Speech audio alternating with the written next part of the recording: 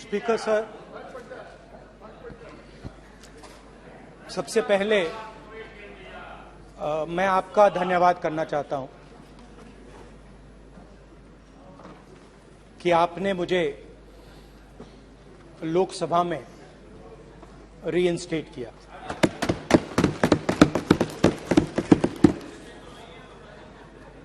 और पिछली बार जब मैं बोला तो शायद मैंने आपको थोड़ा कष्ट भी पहुंचाया, क्योंकि मैंने इतनी जोरों से अदानी जी पे फोकस किया कि जो आपके सीनियर नेता हैं शायद उनको थोड़ा कष्ट हुआ। तो वो जो उनको कष्ट हुआ,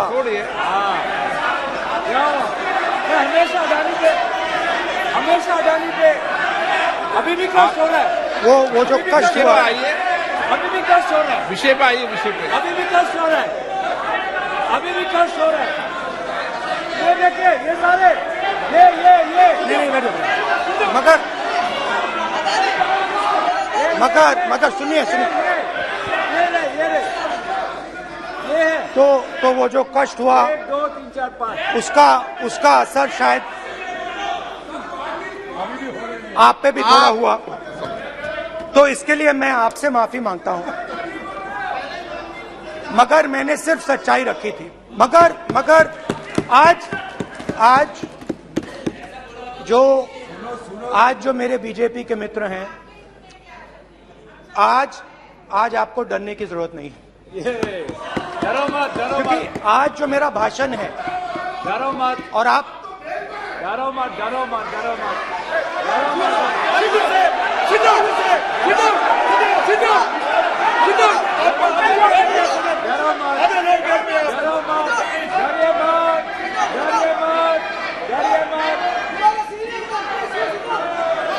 स्पीकर सर, अरे बैठे ब्रदर।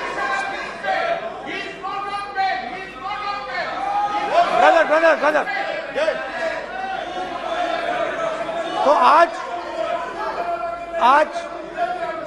आज कोई घबराने की जरूरत नहीं है।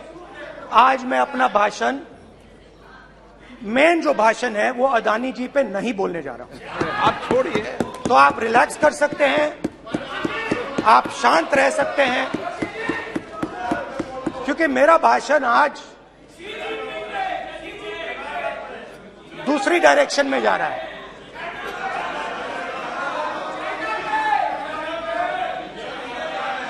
रूमी ने कहा था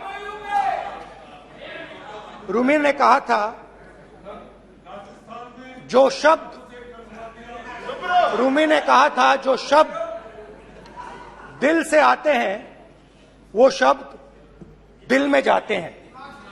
तो आज मैं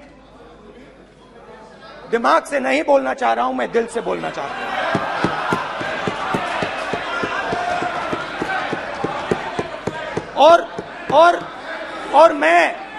और मैं आज आप लोगों पर इतना आक्रमण नहीं करूंगा। मतलब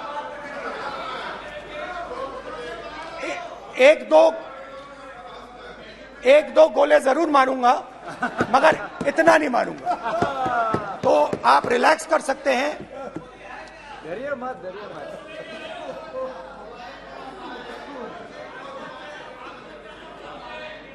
अरे रक्षा मंत्री जी, आज संभाल लेंगे आप लोग।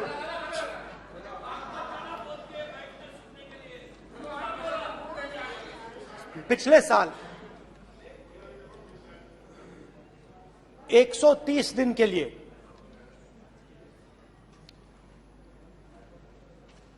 मैं भारत के एक कोने से दूसरे कोने तक गया। अकेला नहीं, बहुत सारे लोगों के साथ।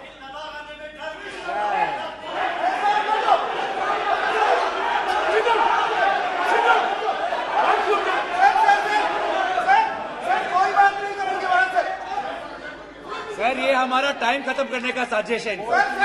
प्रधानमंत्री बोलेंगे ऐसे ही होंगे सर। सारे समाज निकल जाए। समुद्र अधीर अधीर अधीर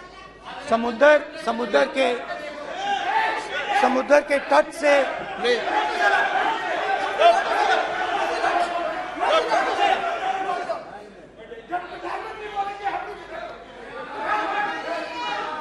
माननीय सदस्य प्लीज प्लीज ऐसे धमकाने का बात की मत बोलो यहाँ पे। यहाँ पे बोलिए, आप उधर भी हाँ बोलिए। प्लीज। मैं समुद्र के तट से कश्मीर की बर्फीली पहाड़ी तक चला। नहीं, लद्दाख को मैंने नहीं छोड़ा। यात्रा अभी खत्म नहीं हुई है, यात्रा जारी है और जरूर लद्दाख आएंगे, घबराइए मत। बहुत सारे लोगों ने मुझसे पूछा यात्रा के दौरान, यात्रा के बाद कि राहुल तुम क्यों चल रहे हो, क्या तुम्हारा लक्ष्य क्या है,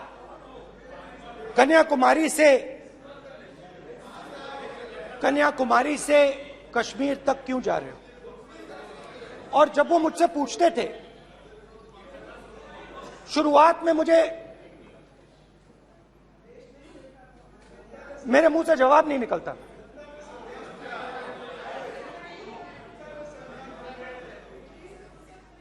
शायद मुझे ही नहीं मालूम था कि मैंने ये यात्रा क्यों शुरू की। जब मैं कन्याकुमारी से शुरू हुआ, मैं सोच रहा था मैं हिंदुस्तान को देखना चाहता हूं, समझना चाहता हूं, लोगों के बीच में जाना चाहता हूं, मगर गहराई से मुझे मालूम नहीं था।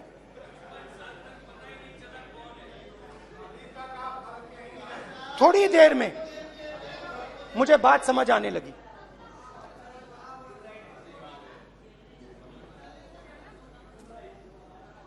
जिस चीज से मुझे प्यार था, जिस चीज के लिए मैं मरने को तैयार हूं, जिस चीज के लिए मैं मोदी जी की जेलों में जाने को तैयार हूं, जिस चीज के लिए मैंने 10 साल हर रोज गाली खाई, उस चीज को मैं समझना चाहता था। ये है क्या जिसने मेरे दिल को इतनी। भाई आप रनिंग कमेंट्री बंद करो, नहीं तो हम भी चालू करेंगे। सुनने का आप धैर्य रखो। जिस चीज ने मेरे दिल को इतनी मजबूती से पकड़ रखा था, उसको मैं समझना चाहता। शुरुआत में जैसे मैंने शुरू किया, सालों से मैं हर रोज 8-10 किलोमीटर दौड़ता हूं, तो मेरे दिमाग में था कि अगर मैं 10 किलोमीटर दौड़ सकता हूं तो 25 किलोमीटर चलने का क्या मतलब, कोई बड़ी बात नहीं। ये मैंने सोचा था। आज मैं उस भावना को देखूं तो वो अहंकार था कि मैं ये कर सकता हूं, ये कुछ नहीं है। तो मेरे दिल में उस समय अहंकार था।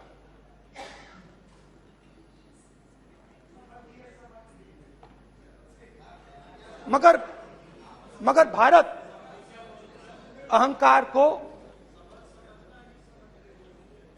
एकदम मिटा देता है, 1 सेकंड में मिटा देता है। तो हुआ क्या, 2-3 दिन में मेरे घुटने में दर्द शुरू हो गया। पुरानी इंजरी थी और जबरदस्त दर्द। हर रोज मैं उठूं और मेरे घुटने में दर्द, हर कदम में दर्द। तो पहले 2-3 दिनों में जो अहंकार था, जो मतलब भेड़िया जो निकला था, वो चींटी बन गई एकदम।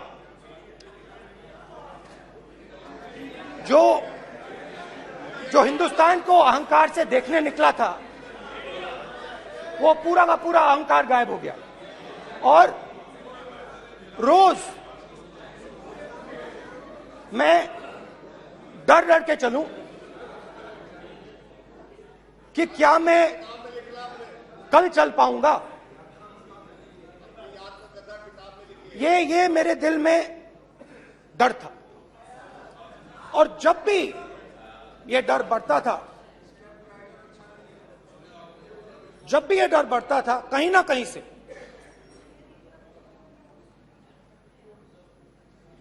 कोई ना कोई शक्ति मेरी मदद कर देती। एक दिन मैं सह नहीं पा रहा था, एक छोटी सी लड़की आती है, मुझे चिट्ठी दे देती। मैंने चिट्ठी खोली, 8 साल की थी, उसमें लिखा था, Rahul, I am walking with you, don't worry. उसने मेरे पैर में चोट देखी और उसने अपनी शक्ति मुझे दे दी। सिर्फ उसने नहीं, लाखों लोग ने। और शुरुआत में जब मैं चल रहा था, कोई किसान आता था, मैं एकदम पहले उसको अपनी बात बताता था कि आपको ये करना चाहिए, आपको इस प्रकार से काम करना चाहिए। मगर इतने लोग आए, हजारों लोग आए, कि थोड़ी देर में मैं बोल नहीं पाया। जो मेरे दिल में बोलने का डिजायर था, वो बंद हो गया। बोल ही नहीं पाया, क्योंकि इतने लोगों से बोलना था। और एक सन्नाटा सा छा गया, भीड़ की आवाज थी, भारत जोड़ो, भारत जोड़ो, भारत जोड़ो। और जो मेरे से बात करता था, उसकी आवाज में सुनता गया।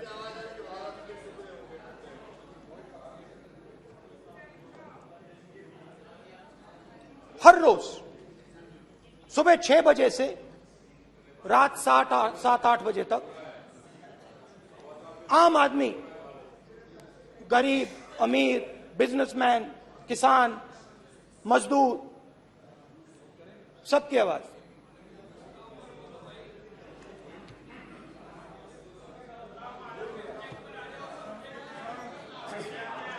आ रहा हूं। आप कल से रुके, अब थोड़ा और रुक लो, 5-10 मिनट रुक जाओ। तो ये चलता गया, मैं बात सुनता गया। और फिर मेरे पास एक किसान आया, और किसान ने हाथ में रुई पकड़ी हुई थी, और उसने मुझे कहा, अध्यक्ष महोदय, उसने मुझे कहा, मेरी आंख में देखकर उसने मुझे अपना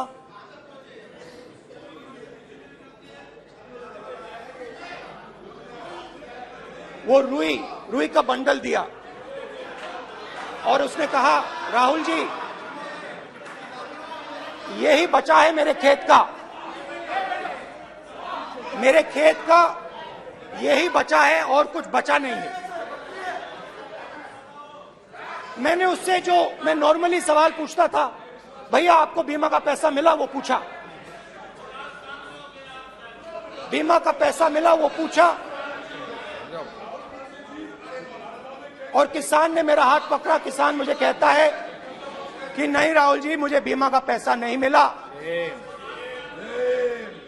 हिंदुस्तान के बड़े उद्योगपतियों ने वो मुझसे छीन लिया। मगर इस बार बड़ी अजीब सी चीज हुई। जब मैंने किसान को देखा और वो मुझसे बोल रहा था, तो जो उसके दिल में दर्द था वो मेरे दिल में आया। जो उसके आंखों में शर्म थी जब वो अपनी बीवी से बात करता था, वो शर्म मेरी आंखों में आई। जब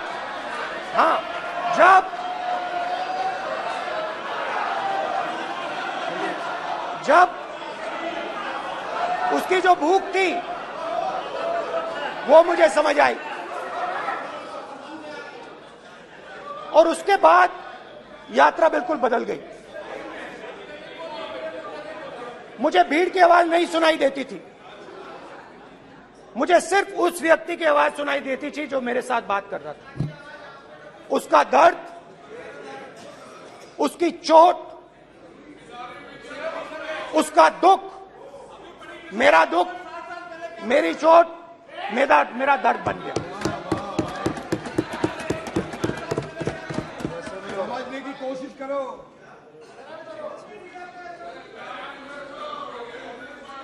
भाइयों और बहनों, लोग कहते हैं कि ये देश है, कोई कहता है ये अलग अलग भाषाएं हैं, कोई कहता है ये जमीन है, मिट्टी है, कोई कहता है ये धर्म है, ये सोना है, ये चांदी है। मगर भाइयों और बहनों, सच्चाई है कि ये देश एक आवाज है। ये देश सिर्फ एक आवाज है। ये देश, इस देश की लोगों की आवाज है। इस देश के लोगों का दर्द है, दुख है, कठिनाइयां हैं। और अगर हमें इस आवाज को सुनना है तो हमारे दिल में जो अहंकार है, हमारे जो डिजायर्स हैं, हमारे जो सपने हैं, उनको हमें परे करना पड़ेगा। जब हम अपने सपनों को परे करते हैं तब हमें हिंदुस्तान की आवाज सुनाई देती है, तब तक हिंदुस्तान की आवाज हमें नहीं सुनाई देती। अब आप कहोगे ये बात मैंने नॉन कॉन्फिडेंस मोशन में क्यों रखी? इसका क्या मतलब है कि भारत एक आवाज है, भारत लोगों का दुख है, भारत लोगों का कष्ट है, मुश्किलें हैं। क्योंकि भाइयों और बहनों,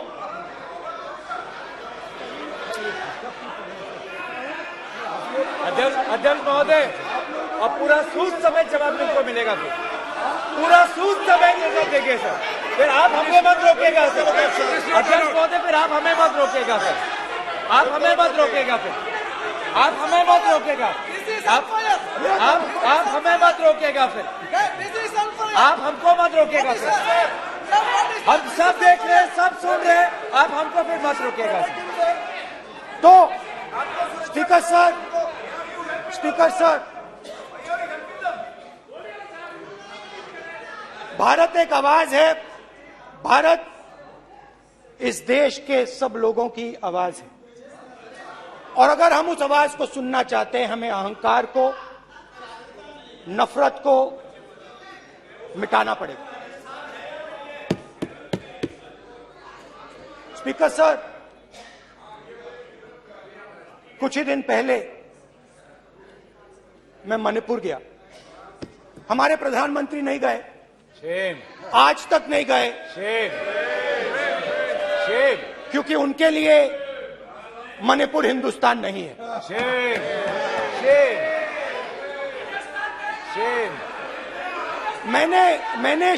मैंने मणिपुर शब्द प्रयोग किया, मगर आज की सच्चाई यह है कि मणिपुर नहीं बचा है। मणिपुर को आपने दो भाग में कर दिया है। मणिपुर को आपने बांट दिया है, तोड़ दिया है। मैं मणिपुर में रिलीफ कैंप्स में गया। रिलीफ कैंप में आज जा रहा हूं,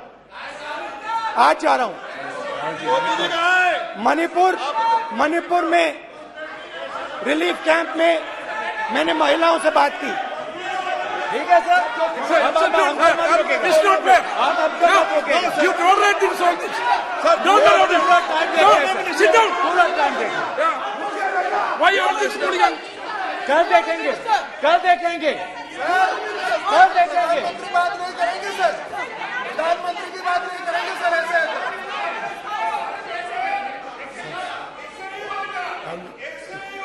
सूद समय मैं जवाब मणिपुर मिलेगा। गया और मणिपुर के कैंप्स में मैंने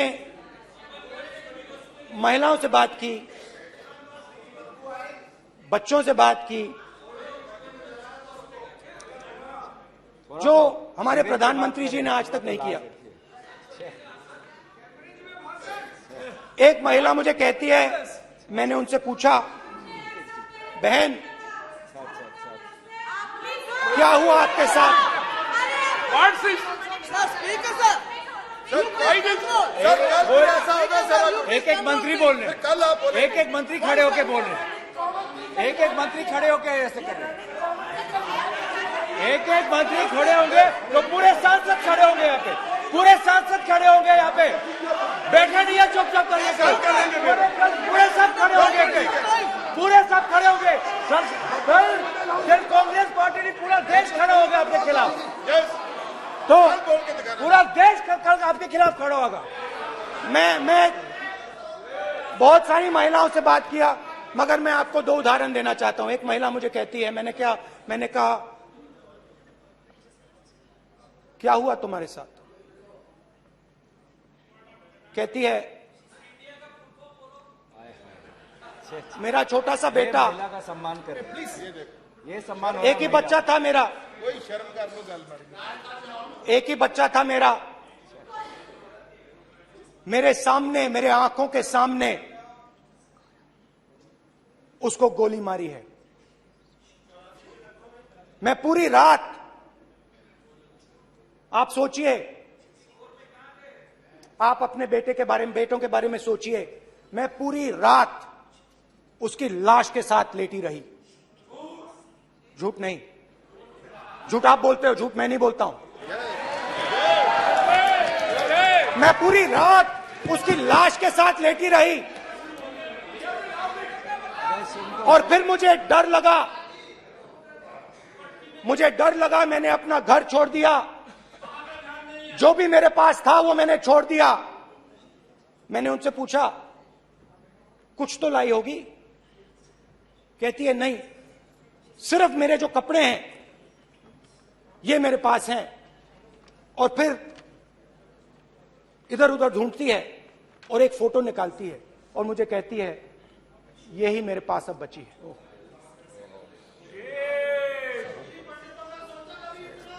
एक और उदाहरण, दूसरे कैंप में मैं, एक महिला मेरे सामने आती है, मैं उससे पूछता हूं, तुम्हारे साथ क्या हुआ? क्या हुआ तुम्हारे साथ? और जैसे ही मैंने ये सवाल पूछा,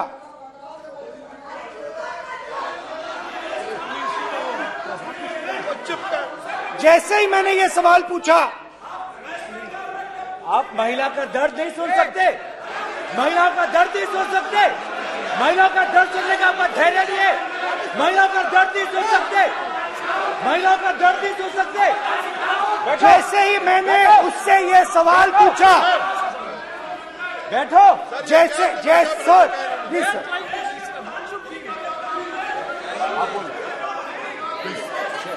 शर्म करिए, शर्म करिए। जैसे ही मैंने उससे सवाल पूछा, तुम्हारे साथ क्या हुआ, शर्म नहीं है तेरे को? वैसे ही एक सेकंड में वो कांपने लगी। उसने अपने दिमाग में वो दृश्य देखा और वो बेहोश हो गई।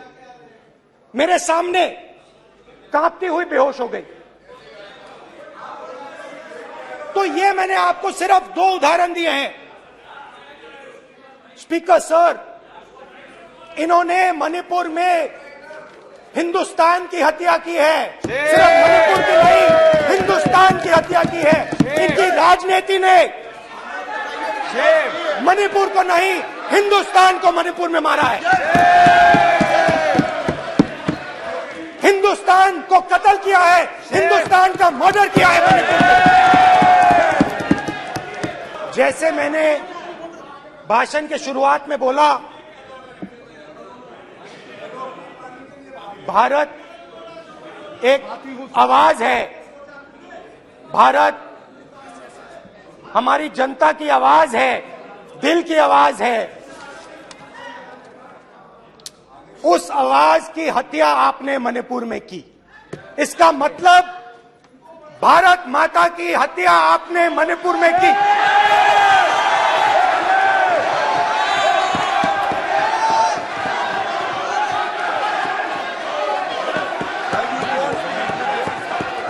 भारत माता को आपने मणिपुर के लोगों के मारा, आपने मणिपुर के लोगों को मारकर भारत की हत्या की है। आप देश द्रोही हो, आप देशभक्त नहीं हो, आप देश प्रेमी नहीं हो, आप देश द्रोही हो। आपने देश की हत्या मणिपुर में की। प्लीज प्लीज एक मिनट, प्लीज प्लीज बैठिए, प्लीज प्लीज बैठिए। अब सवाल आप उठता है, बैठना चाहते नहीं बैठना चाहते? आप बैठना चाहते नहीं बैठना चाहते? इसीलिए आपके प्रधानमंत्री चाहते आप? मणिपुर में नहीं मैं जा आप सकते बैठिए, हैं, क्योंकि उन्होंने प्लीज देश की हत्या की है। मणिपुर में हिंदुस्तान की हत्या की है, भारत माता की हत्या की है। मणिपुर में, मणिपुर के लोगों के दिल में। प्लीज एक मिनट बैठिए आप, एक तो मिनट सवाल बैठिए। उठता है, एक मिनट बैठिए, एक मिनट। आप भी विराजे, आप भी विराजे, आप भी विराजो, आप भी विराजो। आप बैठिए सही, नहीं बैठिए रहने दो आप, चलो आप बैठिए, बैठिए आप, प्लीज बैठिए आप, प्लीज। आप बोल रहे फिर आप भारत माता के रखवाले नहीं एक हो, मिनट माननीय सर। आप भारत माता के हत्यारे हो। प्लीज माननीय सदस्य, प्लीज प्लीज माननीय सदस्य, please please please please please. देखिए माननीय सदस्यगण, प्लीज प्लीज। माननीय सदस्यगण, भारत मां हमारी मां है, हमें सदन में बोलते समय संयम बरतना चाहिए। मेरा अपनी मां की हत्या की बात कर रहा हूं, मैं मणिपुर में अपनी मां की हत्या की बात कर रहा हूं, मैं आदर से बोल रहा हूं। आपने मेरी मां की हत्या की मणिपुर में। एक मेरी मां यहां बैठी है, दूसरी मां को आपने मणिपुर में मारा है।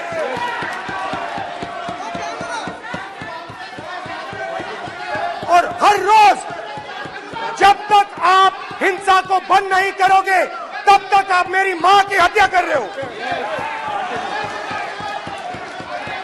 हिंदुस्तान की सेना मणिपुर में एक दिन में शांति ला सकती है, हिंदुस्तान की सेना का प्रयोग नहीं कर रहे हो, क्योंकि आप हिंदुस्तान को मणिपुर में मारना चाहते हो।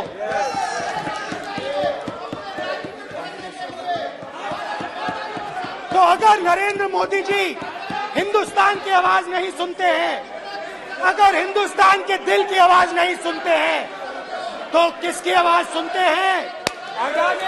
दो